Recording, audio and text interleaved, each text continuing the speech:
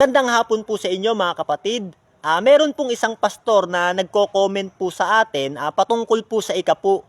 Gusto niya po kasing patunayan na ang ikapu po ay umiiral pa rin hanggang sa ating panahon. Kaya nga naman, ang ginagamit niyang talata sa kanyang comment, ito pong Mateo po ng 23 ng 23. Ayan, lagay po natin sa screen para mabasa niyo po yung kanyang comment. Ayan po si Pastor Danilo Rason. Alam nyo mga kababayan, mga kapatid, yan po yung talatang ginagamit niya para patunayan na ang ikapu ay umiiral pa sa ating panahon.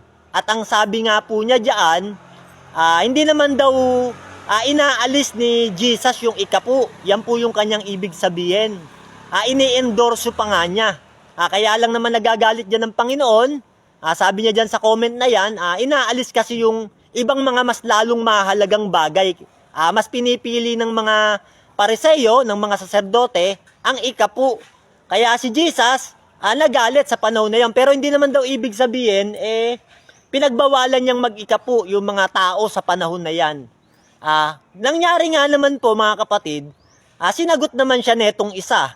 Basahin din po natin sa screen. Ayan po, yan. Nagkaroon po sila ng pagtatalo. Kasi nga po, si Danilo naniniwala na ang ikapu, umiiral pa rin sa ating panahon. Dahil nga naman ini-endorso pa nga raw ni Kristo. Sabi naman netong isa, hindi na raw ini-endorso ng ating Panginoong Jesucristo ang ikapu.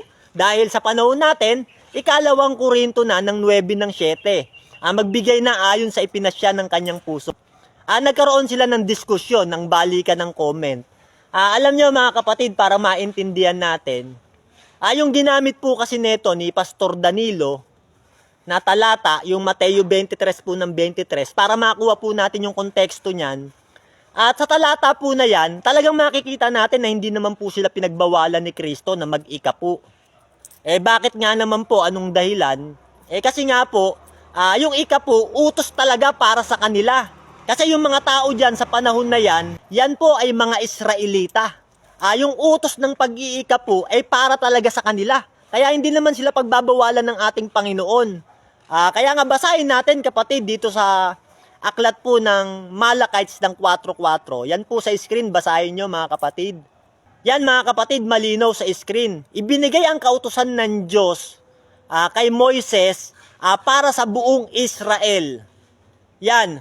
Hindi naman tayo maglolokohan mga kapatid, malinaw po yung talata. Yung kautusan po na ibinigay ng Diyos kay Moises, para lang po yan sa buong Israel, sa mga taga-Israel. At yang ikapu po, mga kapatid, yang ikasampung bahagi na kinikita ng mga Israelita, talagang ibibigay nila yan para sa Panginoon at para may makain ang mga dukha, para din doon sa mga babaeng bao. Yang kautusan po na yan na ibinigay ng Diyos kay Moises, na kung tawagin ay kautusan ni Moises, yan po ay para lang sa buong Israel. At ang kautusan po na ibinigay ng Diyos kay Moises, kasama po dyan ang ikapu. Malinaw po yan talata na yan mga kapatid. Para lang po yan sa mga Israelita.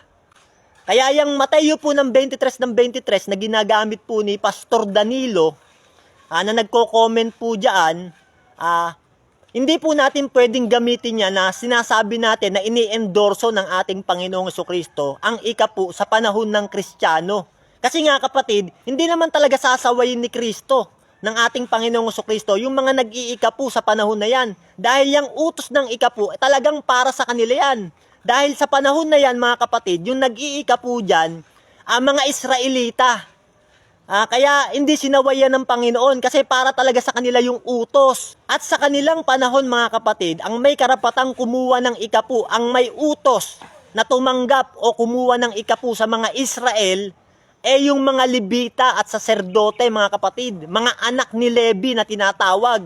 Basahin nga natin sa aklat po ng Hebreo ng 7 ng 5. Yan po sa screen mga kapatid, walang pandaraya yan.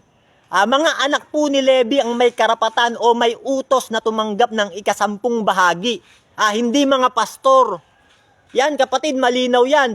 Sila po ang may karapatang kumuha o may utos na tumanggap ng ikasampung bahagi, yung mga anak ni Levi, na nanggaling rin naman sa mga balakang ni Abraham. Yan mga kapatid, malinaw yan.